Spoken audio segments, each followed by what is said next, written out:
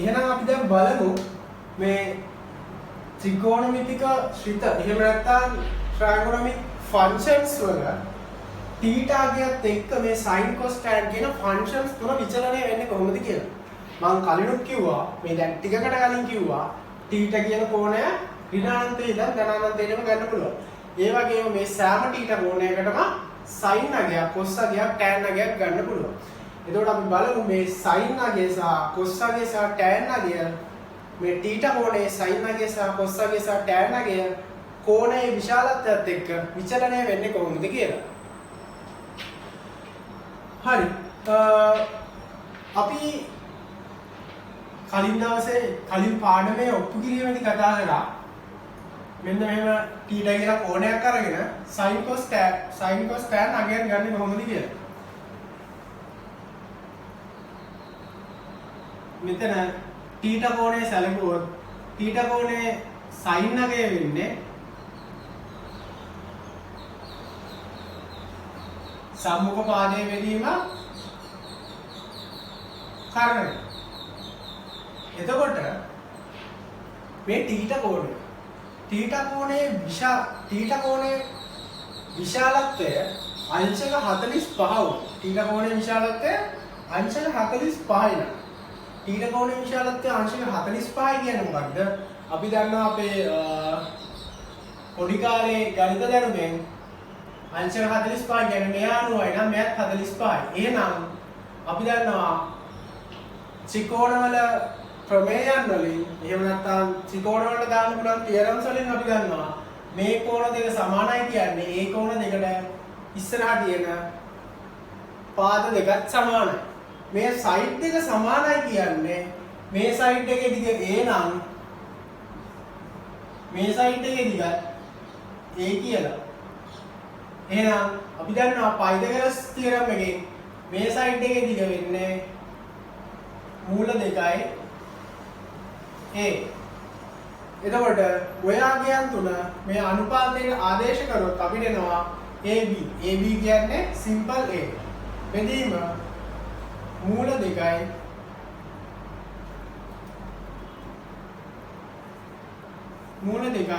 a. ඒට a කැපිලා යනවා. ඉතුරු වෙන්නේ එකයට මූල දෙකයි sin theta. මම මේ නිකන් උදාහරණයක් පෙන්නුවා. අපි එදා කතා කරපු ඒවත් එක්ක ත්‍රිකෝණයක පාදවල දිග පාවිච්චි කරලා මේ θ කෝණයේ sin අගයන් ගන්න විදිය ගැන. එතකොට දැන් මම කිව්වා මේ ශ්‍රිත ගැන විස්තරයක් කරා. මුලින්ම අපි බලමු මේ θ කෝණයත් එක්ක sin අගය එහෙම නැත්නම් θ කෝණයේ sin අගය විචලනය වෙන්නේ කොහොමද කියලා. මම කිව්වා θ කෝණය ඍණානන්තයේ ඉඳන් ධනානන්තයට යනවා. එතකොට ඍණානන්තයේ ඉඳන් ධනානන්තයට යනකොට θ කෝණයේ sin අගය විචලනය වෙන්නේ මෙන්න මේ හැඩේ. මේවට අපි කියනවා sinusoidal graph එකක් කියලා. ඒ කියන්නේ දැන් මෙතන මේ තියෙන්නේ මූල ලක්ෂය. බිඳුව ලක්ෂය. ඒ කියන්නේ කෝණයක් බිඳුවයි sin අගයක් බිඳුවයි. බලන්න. මෙතනින් පටන් ගත්තම මෙතනින් කෝණයේ අගය එන්න වැඩි වෙන්න එම කෝණයේ sin අගයත් කෝණයත් සමගම වැඩි වෙනවා. හැබැයි රේඛීයව නෙමෙයි වැඩි වෙන්නේ. වැඩි වීම අඩු වෙමින් තමයි වැඩි වෙන්නේ. ඒ කියන්නේ වැඩි වෙන රේට් එක අපි කියනවා ග්‍රේඩියන්ට් එක. ග්‍රේඩියන්ට් එක එන්න අඩු වෙනවා. අපි දන්නවා ග්‍රේඩියන්ට් එක එන්න අඩු වෙන ෆන්ක්ෂන් එකක අනිවාර්යෙන්ම උපරිම යාහකි උපරිම අගයක් තියෙනවා. ඒ කියන්නේ මේ ග්‍රේඩියන්ට් එක එන්න අඩු වෙවි ගිහින් යම් තැනකදී ග්‍රේඩියන්ට් එක හොරිසොන්ටල් යනවා. ග්‍රේඩියන්ට් එක හොරිසොන්ටල් යනවා කියන්නේ මොකද්ද?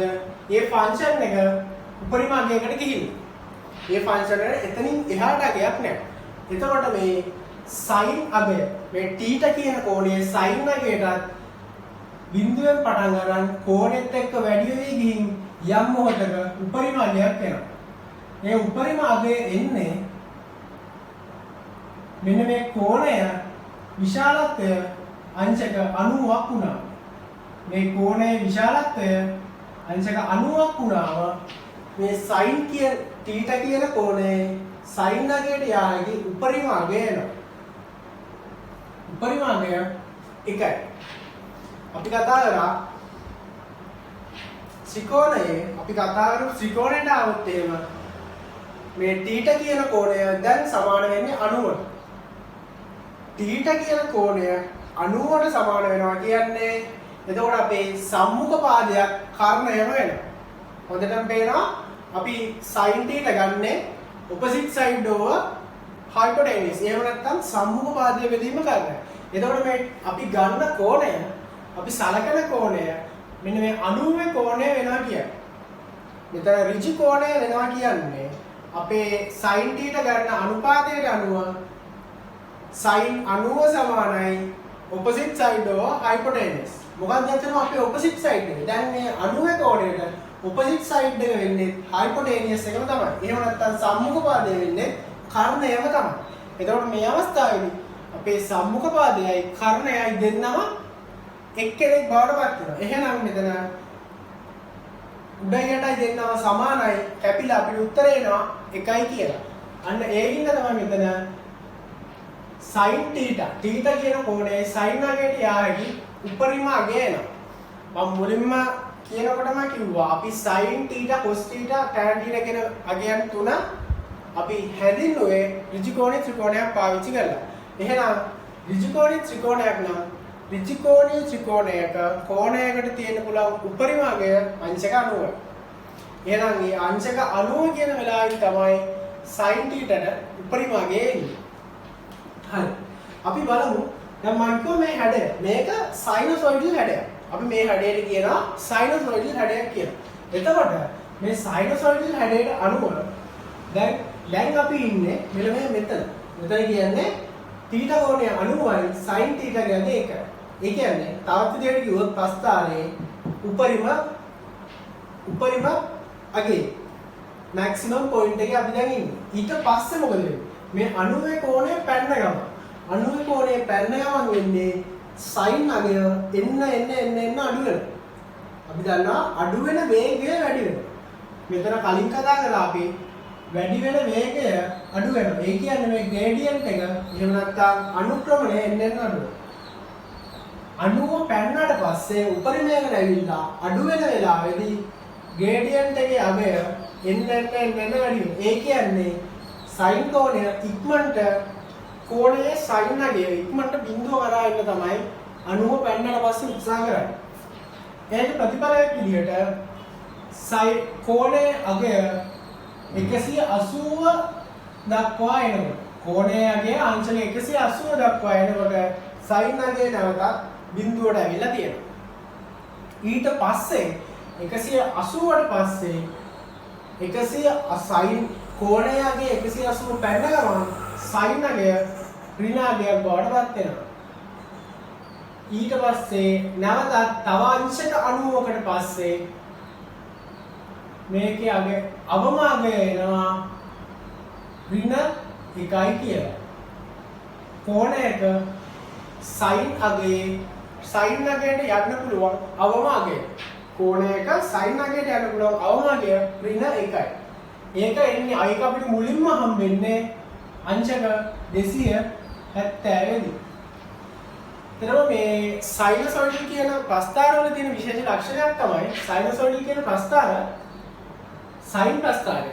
විශේෂයෙන්ම sin ප්‍රස්ථාරය මේ y අක්ෂය අපි දන්නවා මේ x අක්ෂය y අක්ෂය. y අක්ෂයෙන් දෙපසට සමමිතිකයි. y අක්ෂයෙන් දෙපසට සමමිතිකයි. ඒ වගේම x අක්ෂයෙන් දෙපසටත් සමමිතිකයි. x අක්ෂයෙන් දෙපසටත් සමමිතිකයි. ඒක අපිට හොඳටම පේනවා. x අක්ෂයේ ධන පැත්තට යන උපරිම අගය 1යි. ඒ වගේම ඍණ පැත්තට යන උපරිම අගයත් 1යි. ඒ කියන්නේ x අක්ෂයෙන් දෙපසටත් සමමිතිකයි. ඒ වගේම අපි ගත්තොත් එහෙම බිඳුවේ පටන් ගන්න 180ට එන කොටස. මෙන්න මේ කොටස. මේ කොටස අංශක 90ට යනවා. 90 දී උපරිම වෙනවා. ආයෙ 180ට එනවා. අංශක 90ක් ඇතුළත ගිහිල්ලා තියෙන දුර x අක්ෂය දිගේ අංශක 90ක් කරනවා. y අක්ෂය දිගේ ගිහිල්ලා තියෙන දුර 1යි. ඒ වගේම x අක්ෂය දිගේ ඊළඟ අණුව යනකොට අර ගියපු දුරම මෙතනට ඇවිල්ලා තියෙනවා. අර ගියපු දුරම පල්ලෙහාට ඇවිල්ලා තියෙනවා. ඒ කියන්නේ මෙන්න මේ රේඛාවෙන් මෙන්න මේ අපි අන්දින අංශක 90ට अंशक 90 है यानी x समानයි अंशक 90 රේඛාවෙන් x समानයි अंशक 90 රේඛාවෙන් මෙන්න මේ කොටසත් සමමිතිකව බෙදෙනවා. එතකොට මම කිව්වා ප්‍රස්ථාරයේ x අක්ෂය දිගේ x අක්ෂයෙන් දෙපසට සමමිතිකයි කියලා. ඒ කියන්නේ මෙන්න මේ කෑල්ලට එහෙනම් මේ කොටස හරියටම සමානයි. එතකොට එහෙනම් මේ රේඛාවෙන් මේ කෑල්ල මේ රේඛාවෙන් මේ කොටස සමමිතිකව කොටස් දෙකකට බෙදෙනවා.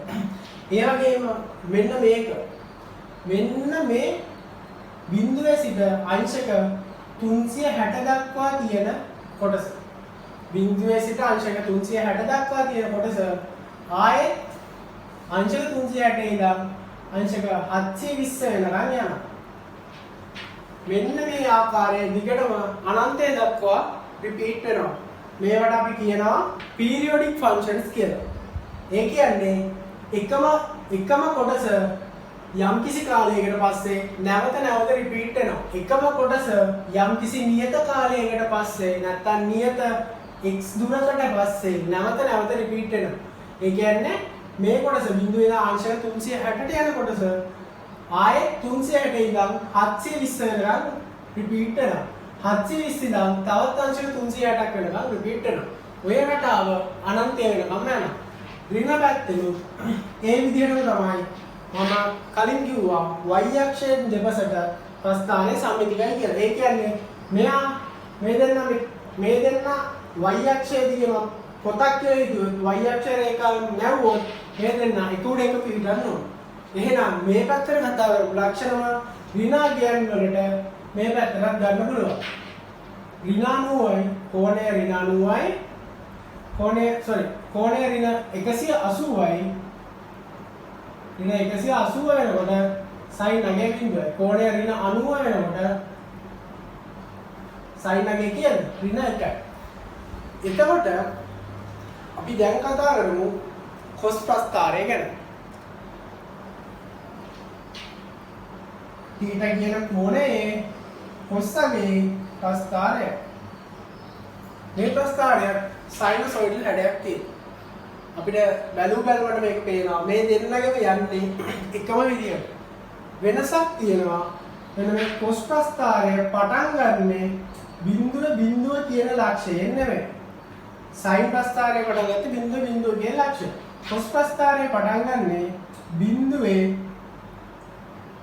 1 කියන ලක්ෂය. බිඳුවේ 1 කියන ලක්ෂය. ඒ කියන්නේ මේ කෝණයේ cos අගය. මේ θ කියන කෝණයේ cos අගය 1 වෙනකොට තමයි ප්‍රස්ථාරය පටන් ගන්න. θ කියන කෝණයේ බිඳුව වෙනකොට ඒ කෝණයේ cos අගය 1යි. ඒ කියන්නේ cos බිඳුව සමාන වෙනවා 1ට. මෙන්න මෙතනින් තමයි ප්‍රස්ථාරය පටන් ගන්නේ. අර ලක්ෂණ ටිකම මම කිව්වා මේකේ හැඩයත් සයිනසොයිඩල් හැඩයක් තමයි තියෙන්නේ. එතකොට එහෙනම් මේ ප්‍රස්ථාරයේ තිබ්බ ලක්ෂණ ටිකම අපිට මේ ප්‍රස්ථාරෙදි දැක ගන්න පුළුවන්. ඒ කියන්නේ මෙන්න මේ කොටසක පළල 360යි. මේ කොටසක පළල 360යි. සමාන මේ කොටසක පළල අංශක 180යි. මේ කොටසක පළල 180යි. එතකොට අපි කලින් කතා කරා 180 अंशक 90 රේඛාවෙන් සමමිතිකව කොටස් දෙකකට බෙදෙනවා කියලා. මේ කෑල්ල अंशक 90 රේඛාවෙන් සමමිතිකව කොටස් දෙකකට බෙදෙනවා. හරියටම cos ප්‍රස්ථානය හොඳට බලන්න. මේක හරියට බලුවොත් ඔයගලන්ට පේනවා මෙන්න මේ sin ප්‍රස්ථානය මෙතනින් කඩලා අරන් ඇවිල්ලා මෙතනට තිබ්බා වගේ. ඒ කියන්නේ sin ප්‍රස්ථානයේ මේ ටික නැතුව මෙතනින් පටන් ගත්තොත් අපිට මේ cos ප්‍රස්ථානය හම්බෙනවා. ඒක හොඳට පේනවා. මම කිව්වා එකම හැඩය තියෙන්නේ වෙනස පටන් ගන්න තැන විතරයි. sin ප්‍රස්ථාරය මෙතනින් කඩන් ඇවිල්ලා මෙතනට තිබ්බොත් අපිට cos ප්‍රස්ථාරය හම්බ වෙනවා. ඒකට sin ප්‍රස්ථාරය මෙතනින් කඩන් ඇවිල්ලා මෙතනට තියනවා කියන්නේ මෙතනින් කඩනකොට මෙන්න මේ මෙතන y අගය 1යි x අගය එහෙම නැත්නම් θ අගය 90යි. y අක්ෂයගේ 1යි x අක්ෂයේ අගය 90යි. එතනින් කඩලා ඇවිල්ලා මෙතනට සෙට් කරනවා. ඊට පස්සේ දිගටම රිපීට් වෙන්නේ මේ උඩ තියෙන ප්‍රස්ථාරම තමයි. මේ දෙන්නගේ වෙනස පටන් ගන්න තැන විතර. ඒ කියන්නේ තවත් විදිහකට කියනවා නම් බලන්න මේක මෙතනින් කඩලා මෙතනට ගේනවා කියන්නේ sin කෝණයෙන්. මෙතන තියෙන sin කෝණයෙන් අංශක 90ක් අඩු කරාම cos කෝණයේ අගය එන්න ඕන. sin කෝණයෙන් අංශක 90ක් අඩු කරලා එන කෝණයේ අගය cos කෝණයේ අගයට සමාන වෙන්න ඕන. අපි කියනවා sin ඕක අපිට මේ විදිහට කියන්න පුළුවන් sin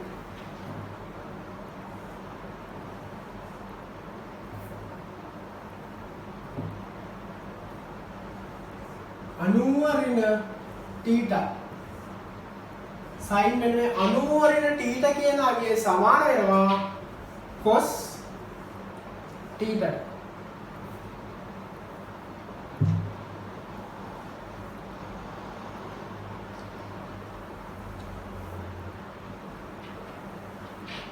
sin 90 ඍණ θ කියන අගය සමාන වෙනවා cos θ. උදාහරණයක් විදිහට බලමු. අපි මෙතන ගන්නවා මෙතන ගමු. අපි මෙතන ගත්ත කෝණය. අපි මෙතන ගත්තේ θ සමානයි 45 අවස්ථාව. θ සමානයි 45 වෙලාවේදී θ සමානයි 45 කියන්නේ මෙන්න මේ වගේ තැන. මෙන්න මේ වගේ තැනකදී sin අගය. එතකොට cos බිඳුවෙන් පටන් ගන්න θ සමානයි 45 කියන්නේ මේ වගේ තැන. මෙතන යනකොට cos අගය 90යි. මේ දුර 90යිනේ. අපි මෙතනින් කඩාගෙන ඉන්නේ. මෙතනින් කඩාගෙන ඇවිල්ලා මෙතනට සෙට් කරේ. එහෙනම් මේ දුර 90යි. එහෙනම් ඒ දෙකේ මැද තමයි 45 කියන්නේ. cos 45 වෙන්නේ sin 90 ඍණ 45 කියන අගය තමයි අපිට මෙන්න මේ cos 45 විදියට ලැබෙන්නේ. අපිට cos 45 විදියට ලැබෙන්නේ sin 90 ඍණ 45. ඇයි cos කෝණය පටන් ගන්නේ sin ප්‍රස්ථාරයේ අංශක 90ක් ඉස්සරහට ගිහින්. sin ප්‍රස්ථාරයට වඩා අංශක 90ක් ඉස්සරහින් තමයි cos ප්‍රස්ථාරය පටන් ගන්නේ. එහෙනම් sin කෝණයෙන් අංශක 90ක් අඩු කරාම කියන්නේ කෝණයේ අගයෙන් අංශක 90ක් මෙහා පැත්තට තමයි cos කෝණය තියෙන්නේ.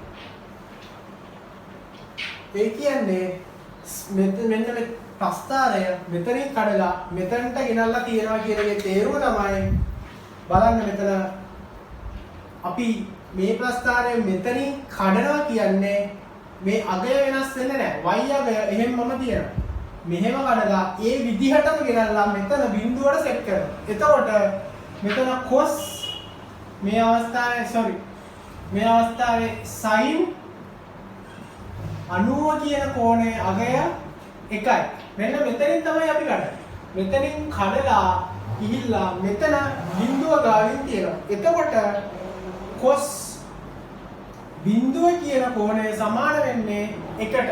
එතකොට තේරෙනවද මෙන්න මේ sin 90 කියන කෝණයේ අගය සමාන වෙලා තියෙනවා cos බිඳුව කියන කෝණයේ අගය.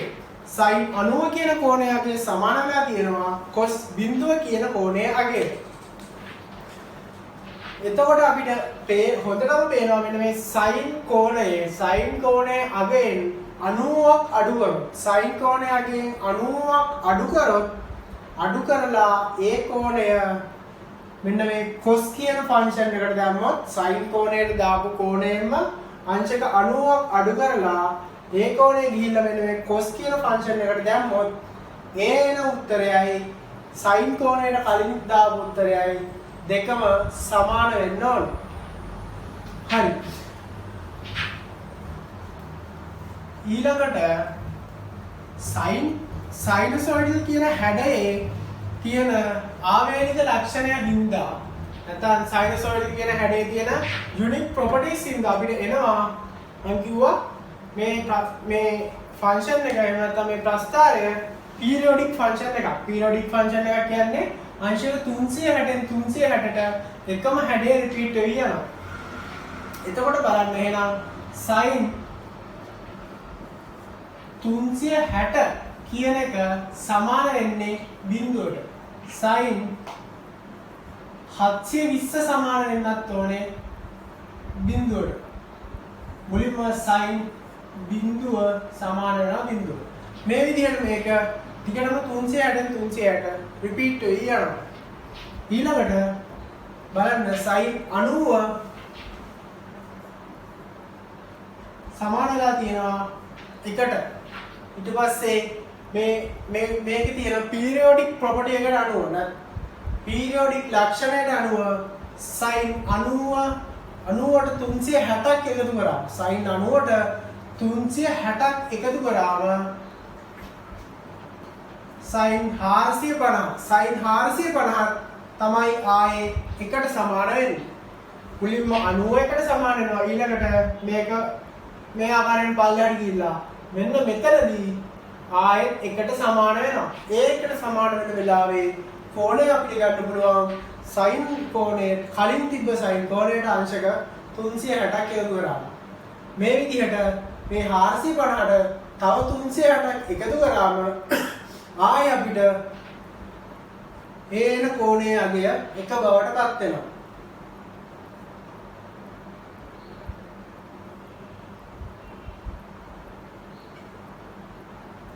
අංශක 810 දී ආයෙ sin අගය එක බවට පත් වෙනවා. මෙතනට ආවා ආයෙ මෙන්න මෙතනදී sin අගය එක බවට පත් වෙනවා. මේ වෙන්නේ අංශක 810. ඊළඟට sin මේ sinusoidal හැඩය. දැන් sinusoidal හැඩයේ තියෙන periodic property එක හින්දා මේ sin අගයන්ගේ තියෙන ලක්ෂණ තමයි අපි කතා කරන්නේ. sinusoidal හැඩයේ තියෙන periodic property එක හින්දා sin අගයන් විචලනය වෙන හැටි තමයි අපි කතා කරන්නේ. දැන් මම කියන්නේ මේ sinusoidal හැඩයේ තියෙන තවත් විශේෂ ලක්ෂණයක්. ඒ කියන්නේ sinusoidal හැඩය සෑම ඒකක කාලයකටම වරක් බලන්න බිඳුව අංශක 180 ආයේ 180 360 400 360 ඉඳන් තව අංශක 180 ගියාම ආයේ බිඳුව හම්බෙනවා. ඒකක කෝණ පරතරයකට වරක් නැත්නම් අපි කියනවා equal මේ gap එක මෙන්න මේ gap එක equal වෙනවා. මේ gap එක බලන්න මේ හැමතැනම තියෙන gap එකයි සමාන. ඒ කියන්නේ කෝණය සෑම අංශක 180කටම වරක් කෝණය 180න් 180 වැඩි වෙනකොටත් sin අගය මොකද වෙන්නේ? බිඳුවයි ආය 180ක් ගියාම sin අගය ආය බිඳුව වෙලා තියෙනවා. ආය 180ක් ගියාම ආය බිඳුව වෙලා තියෙනවා. මෙතන මේ sinusoidal හැඩේ තව ලක්ෂණයක් තියෙනවා. sinusoidal හැඩයේ තියෙන විශේෂ ලක්ෂණයක්. අපි x අක්ෂයට සමාන්තරව x axis එකට parallel line එකක් ගැහුවොත් x axis එකට parallel line එකක් ගැහුවොත් එකම sin theta value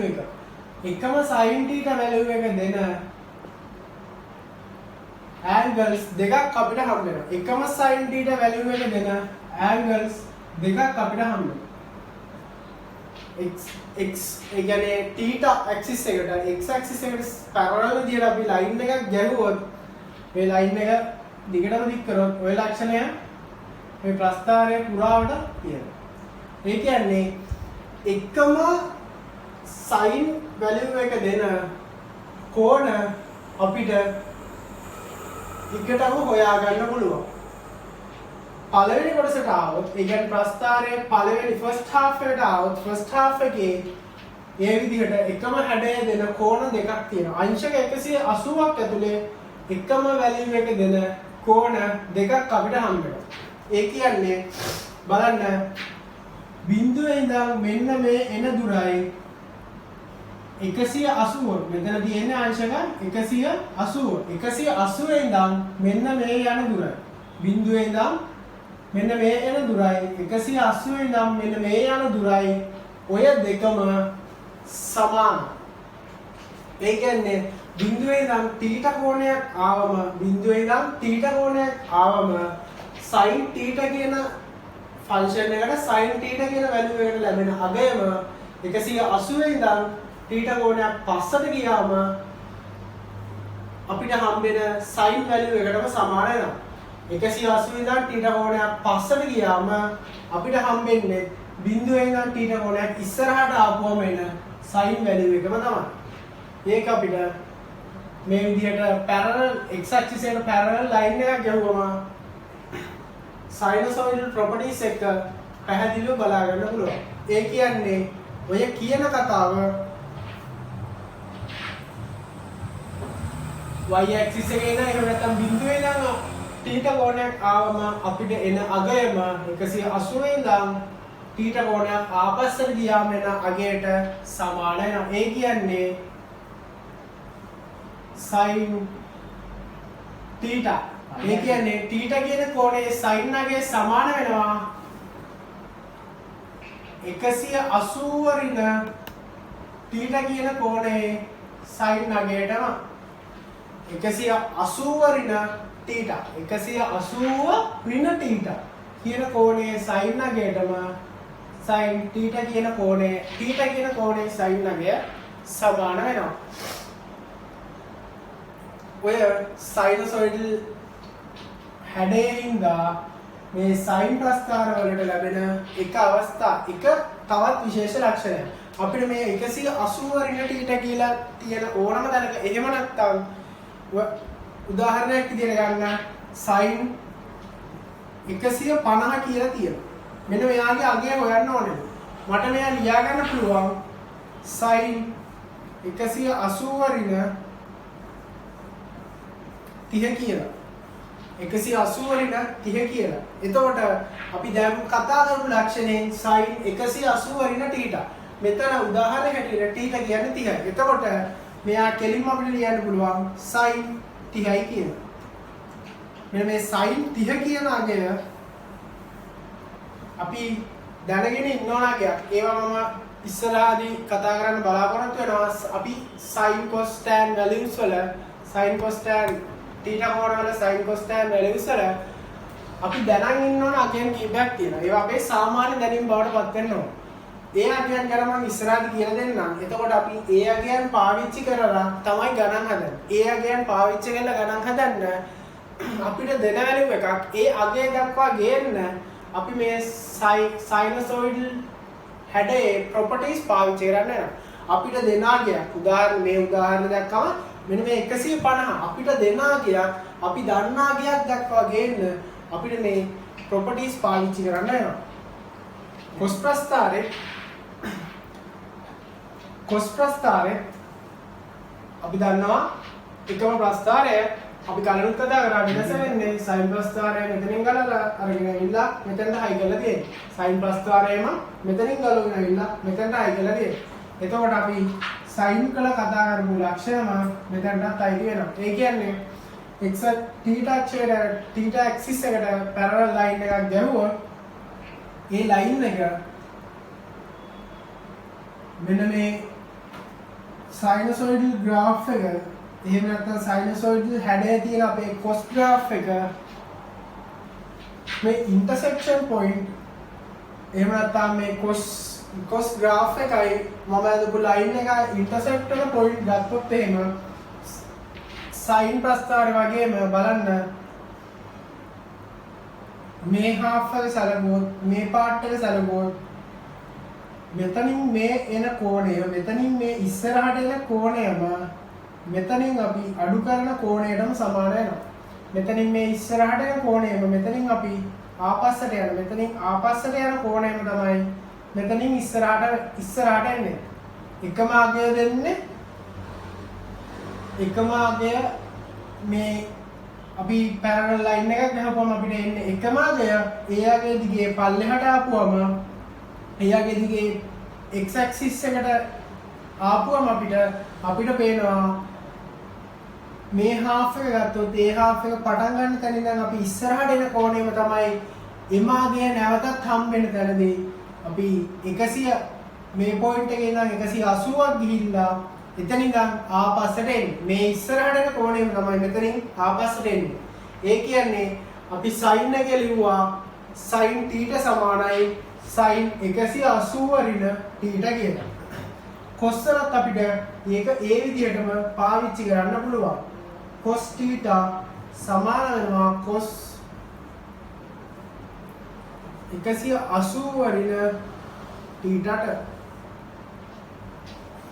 දැන් අපිට ඊළඟට කතා කරන්න තියෙන්නේ sin cos ප්‍රස්ථාන දෙකේ මේ තියෙන සයිනසොයිඩල් හැඩය සහ මේ දෙන්නගේ තියෙන සමානතාවය ගැන අපි කිව්වා. ඒ සමානතාවය නිසා දැන් අපි සයිනසොයිඩල් හැඩයෙන් මේ දෙන්නටම වෙන වෙනම එන ලක්ෂණ ගැන අපි කතා කරනවා. එතකොට මෙන්න මේ දෙන්නගේ තියෙන සමානතාවය නිසා මම කිව්වා එකම හැඩය එකම ප්‍රස්ථානය වෙනස වෙන්නේ මෙයා මෙතනින් පටන් ගන්න තැනින් මෙයා පොඩ්ඩක් ඉස්සරහට ගිහිල්ලා ඒ හම්බෙන තැනින් ගෙනල්ලා මෙතනට හයි කරන එක විතරයි. මෙයා අංශක 90 වෙන තැනින් ගෙනල්ලා මෙයාගේ බිඳුව තියෙන තැනට හයි කරනවා. එච්චරයි මේ ප්‍රස්ථාන දෙක වෙනස. එතකොට මේ වෙනසින්ද මේ දෙන්නට sin cos කියන අගයන් දෙකට හම්බෙන ලක්ෂණය තමයි යම්කිසි කෝණයක sin අගය. යම්කිසි කෝණයක sin අගය සමාන වෙනවා එම කෝණයෙන් अंशक 90 ऋण එම කෝණයම cos වැලියු එක ගත්තා. අපි කතා කරා මේ සයිනසොයිඩල් හැඩේ හින්දා sin cos ප්‍රස්ථාන දෙකට වෙන වෙනම හම්බෙන ප්‍රොපර්ටිස් ගැන. දැන් අපි බලමු මේ දෙන්නගේ තියෙන සමානකම හින්දා මේ දෙන්නගේ අතර තියෙන සම්බන්ධතාවය ගොඩනගා ගන්න. ඒ කියන්නේ මම කිව්වා මේ ප්‍රස්ථාන දෙකේ වෙනස වෙන්නේ මේ ප්‍රස්ථානයේ ගලගෙන ඇවිල්ලා अंशක 90න් ගලගෙන ඇවිල්ලා මෙතන अंशක බිඳුවට හයි කරන එක විතරයි. එතකොට අපිට sin කියන සාධාරණ කෝණයක sin අගයයි cos අගයයි අතර සම්බන්ධයක් ගන්න පුළුවන්. මේ සම්බන්ධය වෙන්නේ θ කියලා සාධාරණ කෝණයක් ගත්තොත් ඒ කෝණයේ sin අගය සමාන වෙනවා ඒ කෝණ अंशක 90න් එම කෝණයම අඩු කරලා ගන්න cos අගයට සාධාරණ θ කෝණයක sin අගය සමාන වෙනවා अंशක 90කින් अंशක 90 ඍණ එම කෝණයම अंशක 90 ඍණ එම කෝණයම cos අගය ලබා ගත්තම මෙන්න මේ sin අගයයි අදාළ cos අගයයි සමාන වෙනවා. ඒක අපිට ප්‍රස්ථාරේ මෙන්න මේ अंशක 90 ગેප් එකකින් එන ලක්ෂණය තමයි ඕක. අපි දන්නවා මේ ප්‍රස්ථාර දෙකේ තියෙන अंशක 90ක වෙනස. अंशක 90ක් එහා මෙහා වෙලා තමයි මේ දෙන්නගේ වෙනස තියෙන්නේ.